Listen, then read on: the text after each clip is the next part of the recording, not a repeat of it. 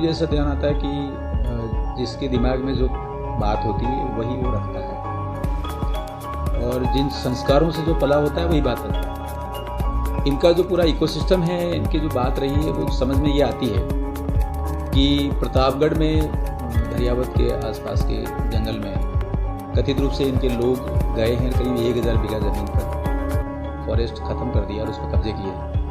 वो बात जब हमने कलेक्टर के ध्यान में लाए तो कलेक्टर ने वहाँ पर पुलिस और फॉरेस्ट डिपार्टमेंट ने जाके छापा मारा, तो ये सारे विषय ध्यान में आए, इनकी पोल खुलती गई। तो ये बौखलाहट में बकवास कर रहे हैं। दूसरा ये भी ध्यान में आता है कि ये जिन विषयों को लेकर चल रहे थे, मुख्यतः आदिवासियों पे आईपीसी लागू नहीं होती है, दरियावत में जाके थाने के सामने बैठे हैं कि साहब FIR दर्ज करो। ये अभी तक बात करते रहे कि आदिवासी हिंदू नहीं है, इस बात पे बात करते रहे।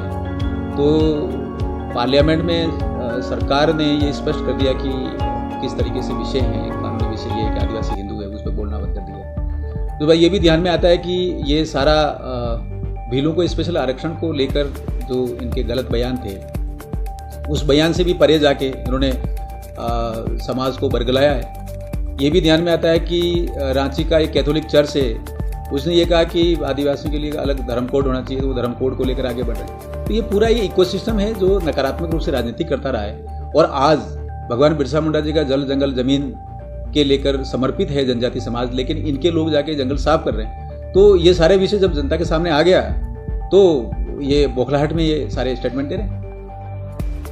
एक उनका ये कहना है कि आपने वीडियो वायरल हो रहा है, आपकी आवाज़ है, उसमें आप कह रहे हो बोला देखिए कि गांव का आदमी जब बात करता है ना कि किसी का घर कोई जला रहा है तो उसको प्रतिकार नहीं करेगा। वो आसपास का जंगल साफ कर दिया, 1000 बीघा जंगल मेरे गांव के पास में जंगल साफ कर दिया। लोग आक्रोशित हैं, तो वो सारे वो बात करेंगे, विरोध तो करेंगे, स्वाभाविक रूप से विरोध करेंगे। जो पेड़ों की रक्षा करने वाले लोग हैं वो उनको पेड़ काट दोगे, जंगल की रक्षा करने वाले उनको जंगल साफ कर दोगे, बाहर के लोग आगे वहां जाके आतंकवाद फैलाएंगे तो प्रतिकार नहीं करेगा इंसान, तो प्रतिकार करेगा। ग्रामीण जो समाज है वो अपनी भाषा में कोई विषय रखा है तो उसको बरगलाने के लिए हो गया। इनके लोग जाके दादागिरी करेंगे, आतंकवाद फैलाएंगे वहाँ, तो ये ध्यान में नहीं आता है। तो कलेक्टर ने भेज दिया गवर्नमेंट को रिपोर्ट, हमने भी सीएम साहब को लिख दिया है। तो देखिए उसकी जांच होगी तब ध्यान में आएगा कितने लोग इन लोगों ने पैसे लेकर जबरदस्ती जंगल साफ कर रहे हैं। कल आपके खिलाफ जबरदस्त विरोध भी हुआ था और आतंकवादी तक आपको कहा गया। देखिए इनके मन में डर है।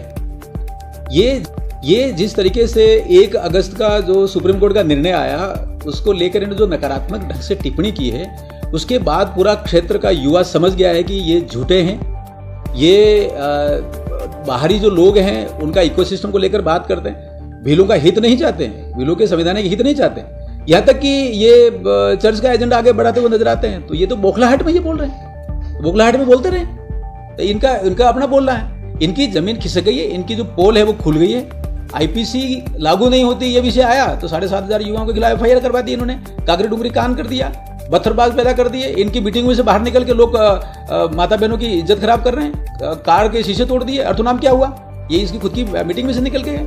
तो ये क्या, ये इनकी दुकान में सामान जो था वो सारा का सारा भ्रम वाला था, वो समाज के सामने आ चुका है। समाज को पता लग गया है कि ये दोहरा व्यवहार कर रहे हैं, दोगले हैं, झूठे हैं और किसी और के कहने पे बात करते हैं। इनका ओरिजिनल कुछ भी नहीं है, कोई विचारधारा नहीं है। कभी माता बहनों को गालियां देते हैं, बिंदी नहीं लगानी है और मंगलसूत्र नहीं पहना, क्या बकवास कर रहे हैं ये कहाँ से आए कि कौन सी किताब में से पढ़ के आते हैं? ये ऐसा लगता है कि चर्च की किताब में से पढ़ के आते हैं। ये बकवास है, इस कारण ये सारी बौखलाहट में ये सारी कर रहे हैं।